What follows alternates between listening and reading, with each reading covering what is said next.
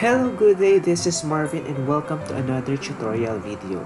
At today, ang pag-uusapan natin ay tungkol sa Google Forms. But this time, ang gagawin naman natin ay online quizzes or quiz. So kung inyo pong matatandaan, yung nauna po nating tutorial is all about Google Form din, but ang ginawa natin ay attendance. So samahan niyo ako sa tutorial video na ito. By the way, kung hindi pa po kayo nagsusubscribe, please subscribe, share and like, and click the notification bell para updated kayo sa mga bago ko pong videos na i-upload.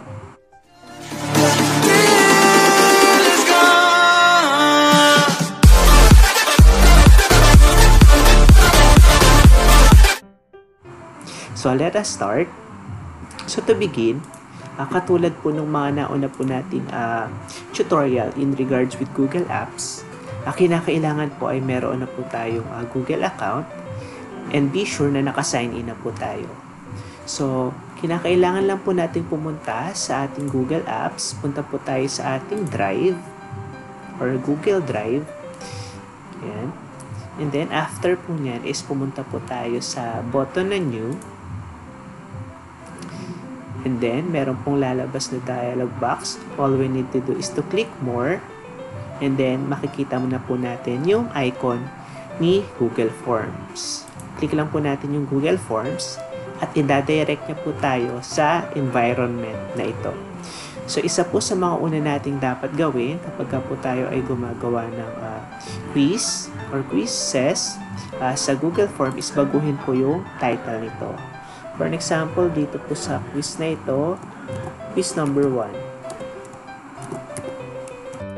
So, bigyan natin ng grade 7. So, dito naman po sa description, siguro ang ilalagay ko na lang po ay yung ating specific topic, which is computer hardware servicing. Yan. So, nalagay na po natin yung ating title. So, isa pa po sa mga kinakailangan nating gawin kapag po tayo ay gagawa ng quiz sa ating Google Form is pindutin po natin si setting at be sure na yung ginagawa natin ay quiz.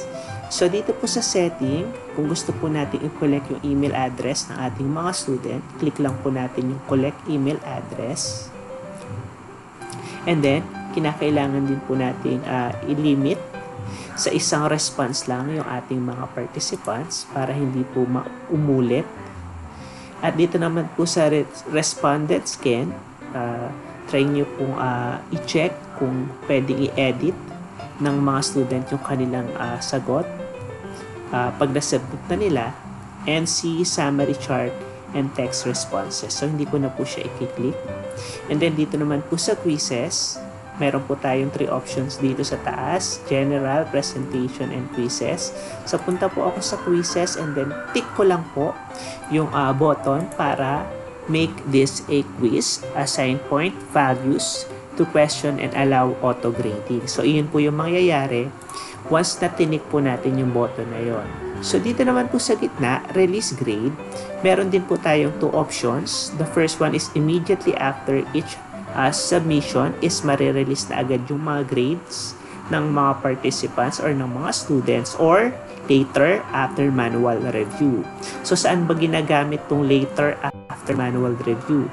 Kung meron tayong mga questions like essay type o kinakailangan pa natin i-manual check yung ating mga questions, is kinakailangan ito yung pipiliin natin.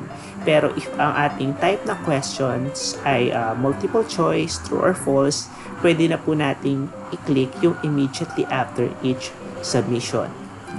Sa baba naman po, respondents can see the following: missed questions, correct answers, and point values. So, para sa akin, importanteng makita po ng mga students itong mga ito para po malaman po nila kung ano ba yung mga parts ng lesson na kinakailangan pa nilang improve. So, ayun po. Then, click lang po natin yung save. Ayan. So, after po nun, kung gusto nyo pong baguhin yung themes, pwede rin po nating baguhin. Punta lang po tayo sa upper right, Click lang po natin yung themes and then choose lang po tayo dito ng image. Pwede rin po kayong mag-choose dito sa baba ng theme color kung gusto nyo po. Pero ang ilalagay ko po ay image. So siguro itong mga box na lang ang piliin natin. And then insert ko lang po. Ayan po, nagbago na po yung ating themes. Kung mapapansin nyo po, doon po sa unang part is meron na pong email address. Ayan, kasi kanina doon sa ating setting is inask na po natin si Google App na kunin yung mga email address ng ating mga students. So, dalawang part yung gagawin ko para sa quiz na ito. The first part is personal information ng ating mga students para hindi na tayo malito. Makuha na natin yung pangalan, edad, number ng ating mga students, at pati na rin yung kanilang mga sagot doon sa quiz na ibibigay natin sa kanila. So first, question, syempre kunin natin yung kanilang pangalan or name. Mas okay kung lagyan natin ng specific format yung name ng mga students. First name, middle name, middle initial, surname. Para pare-pareho na isasagot yung mga students natin. So after that, binigyan na po tayo ni Google ng possible answer ng ating mga participants, which is a short answer, pero pwede nyo po siyang mamili doon sa mga possible answer. Pwede pong paragraph, multiple choice, check boxes, drop down. Pwede po kayo mag-upload ng mga file, linear scale, multiple choice, checkbox grid, date, time, etc. So, ayun po.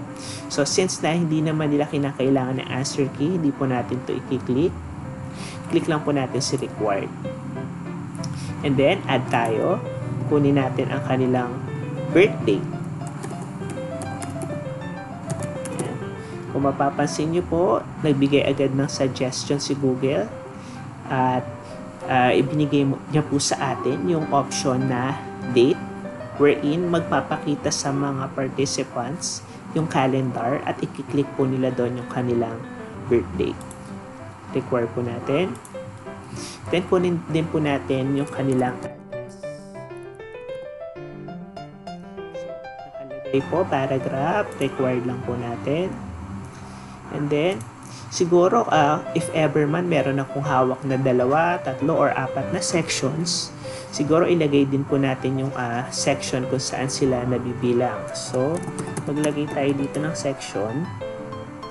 And then, ang i-click ko po is yung drop down.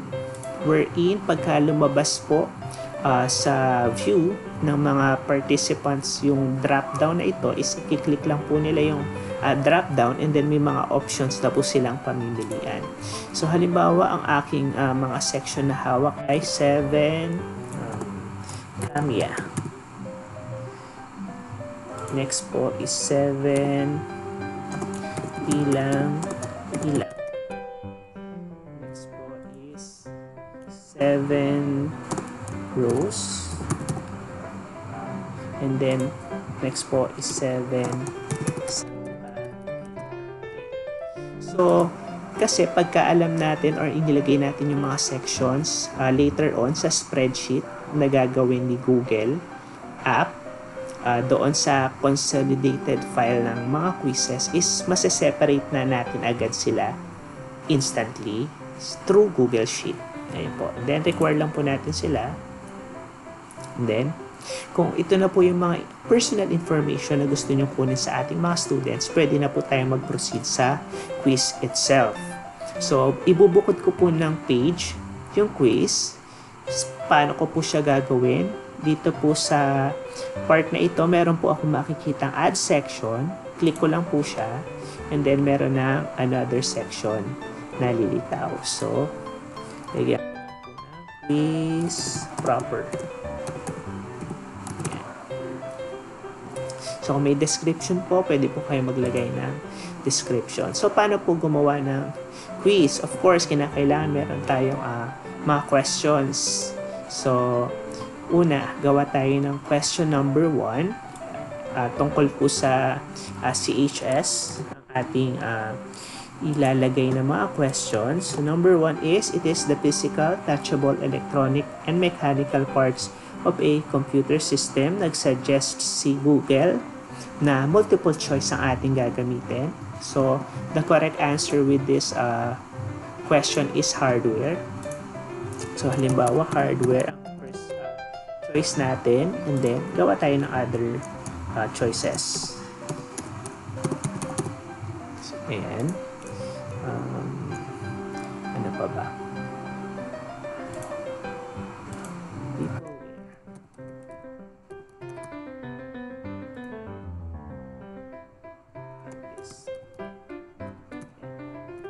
So, paano natin malalaman or paano malalaman ni Google kung ano yung tamang sagot?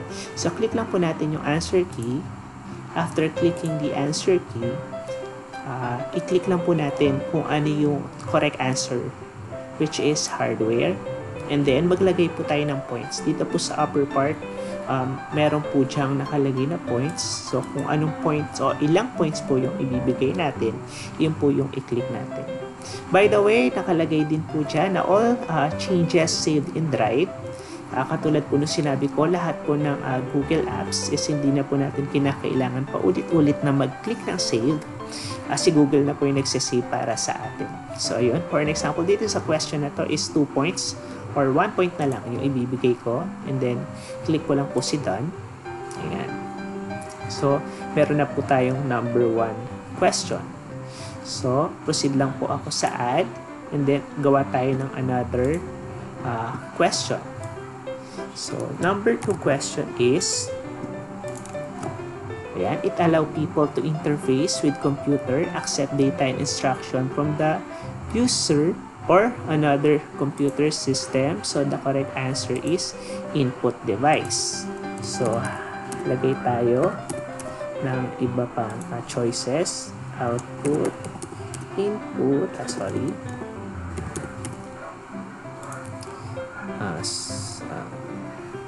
lang.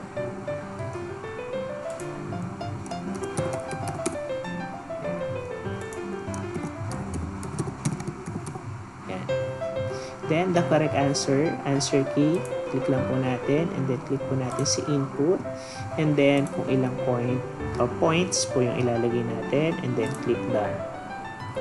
Okay, next, gawa tayo ng another question. So, next question is, ayan,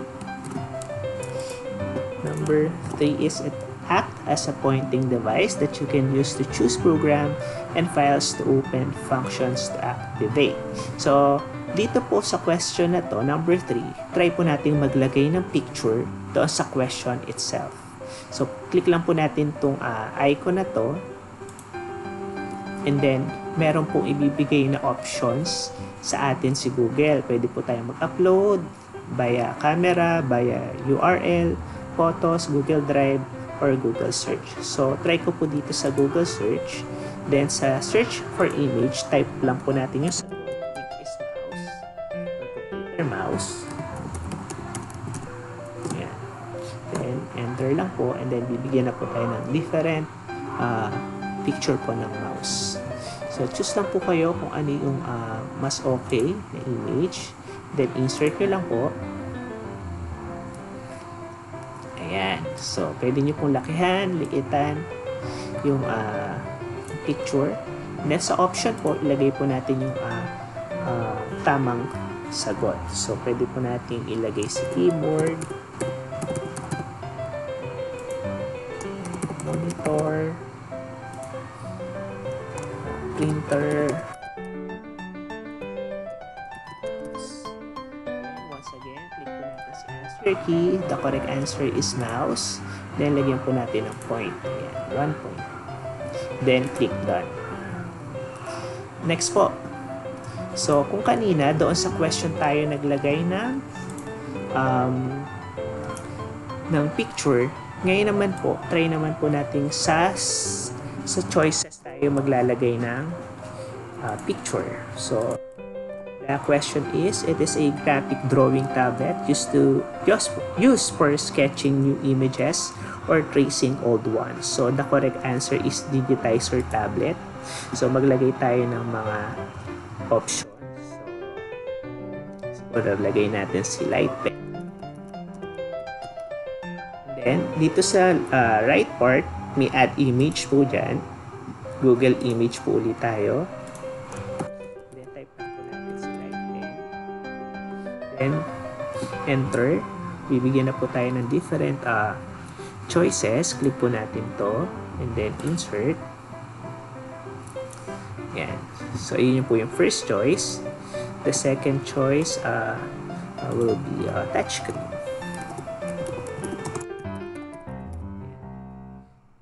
Add image ulit. And then, Google search.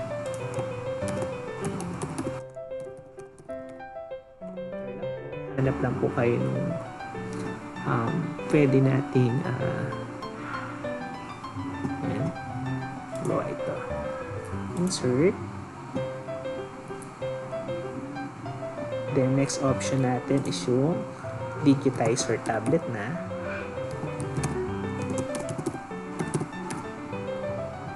Then add image lang po. Then Google image. Search lang po ulit natin yung image. And then, hanap po tayo ng image. Mali pa rin yung aking step. Ayan. Ayan. Choose and then insert.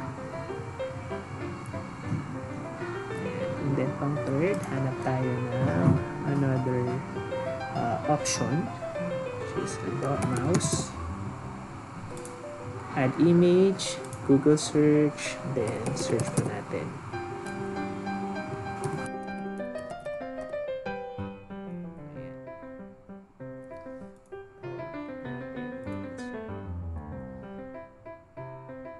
So, po, answer key is, the correct answer is digitizer tablet at meron po tayong 1 point and then click done. So, ayun, meron na tayong 1, 2, 3, 4 questions.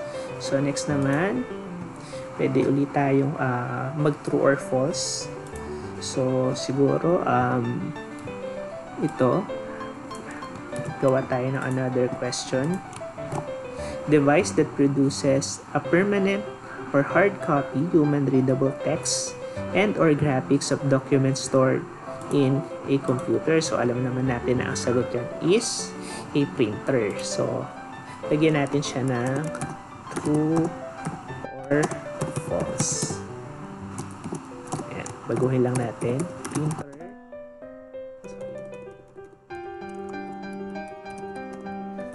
Ayan. Device that produce a permanent or hard copy human readable form. So, lagyan natin si option true or false. Ayan. So, answer key, the question is, the answer is true, then point is 1. Then, click done. So, ayun. So, another, gawa pa tayo. So, next question is another multiple choice. So, for a minute.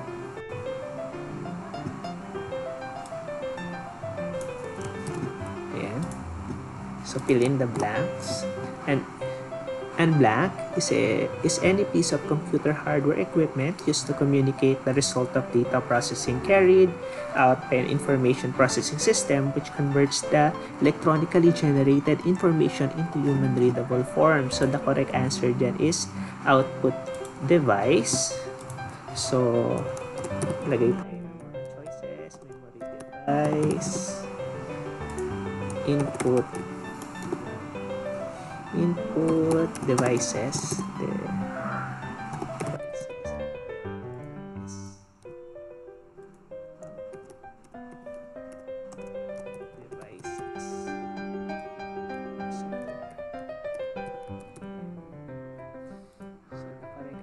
Is in the answer key output device, 1 point, and then click natin yung done. By the way po, wag po natin kalimutan tong required button para po hindi po ma-submit sa atin ng mga students yung kanilang quizzes hanggat hindi po nila nasasagutan lahat. So, yan, nakalimutan po natin i-tick kanina yung required sa mga questions po natin. So halimbawa po, natapos na po tayo. For an example, 20 items na yung nagawa natin. So paano naman po natin siya i-send sa ating mga students? So katulad po ng sinabi ko kanina, lahat po ng ginawa natin sa Google Form ay nasave na po sa ating Google Drive. So if ever man na later pa natin siya ibibigay sa ating mga students, pwede nyo na siyang i-close at balikan nyo na lang sa inyong Google Drive. So, isesend natin siya ngayon sa ating mga students. So, usually, isesend natin siya kay Google Classroom dahil nandoon yung ating mga students, or pwede naman natin siyang isave during synchronous learning. Pwede nyo isend sa Google Meet, sa chat, or pwede rin naman sa Facebook. So, click lang po natin yung icon na send, kulay violet. And then, meron po tayo dito mga options. So, the first option is send po natin sa kanilang email addresses. So, i-type lang po natin dito yung email address ng ating mga students manually. Or, pwede nyo pong i-click itong icon na ito. And then, ibibigay po sa atin yung link or yung URL na pwede natin ibigay sa ating mga students. So, i-shorten po natin yung URL at saka po natin siya i-copy. Right-click and then copy lang po. Or pwede nyo rin pong i-click ito. And then, i-cancel na po natin. And then, i-send natin sa group chat or sa Google Classroom or sa Google Meet. So, halimbawa po, punta po ako sa aking Facebook at i-send ko kunwari sa group chat ng aking mga students.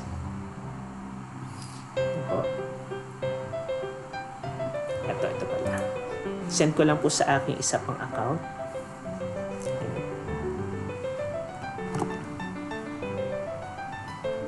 Send. Then, once nakilik po ng ating mga students yung link na sinend natin kanina, click ko lang po. I-direct na po niya tayo doon sa quiz na ginawa po natin kanina. So, ito po yung point of view ng participant or ng student doon sa ginawa po natin. So, quiz number 1, grade 7, computer hardware servicing.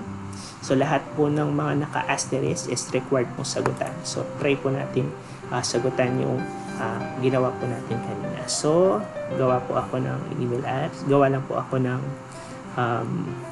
i-type lang po natin yung ating email address.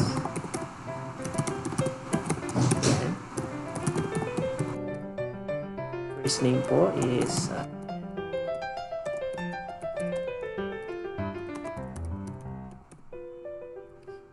pwede nyo po silang bigyan ng timer during asynchronous learning para talagang nasa nasa klase. Ganun yung ginawa ko nung nagkaroon kami ng online demonstration wherein 5 minutes pinasagutan ko sa mga students yung quiz nila. So, address.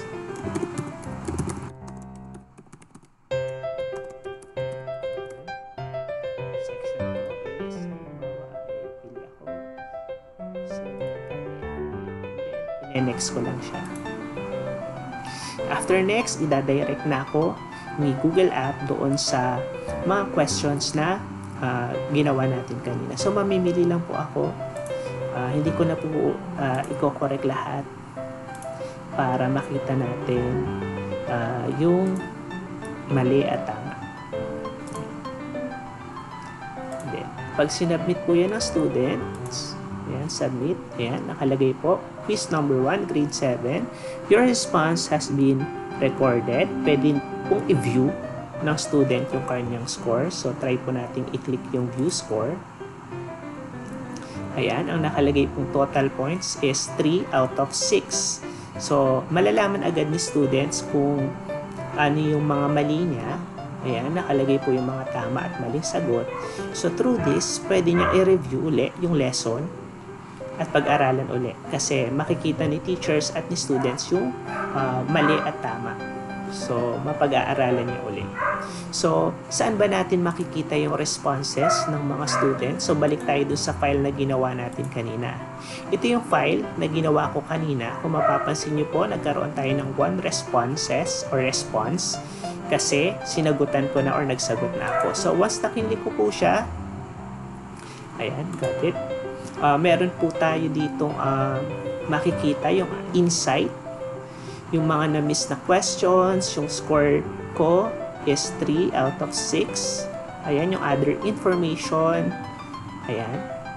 Yung quiz proper, kung ano yung mga tamang sagot ng mga students at kung ano yung mga mali nila. Parang statistics at ina-analyze ni Google App yung mga tama at maling sagot ng mga students ko. So, ayun yung kagandahan ng Google Form app at ng Google Form quiz. So, pwede rin po tayo ditong gumawa ng spreadsheet. Once nakilik po natin siya, create a new spreadsheet. Magkikreate agad si Google ng spreadsheet wherein nandito yung mga information ng mga students ko para meron akong copy kung ano yung sagot nila dun sa mga questions ko kanina.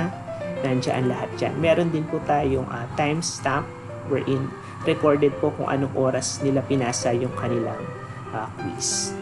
So, iyon po yung kagandahan ng Google app na Google Forms wherein pwede po tayong gumawa ng quizzes, pwede po tayong gumawa ng attendance para sa online learning at mga surveys po na kinakailangan natin para sa ating lesson.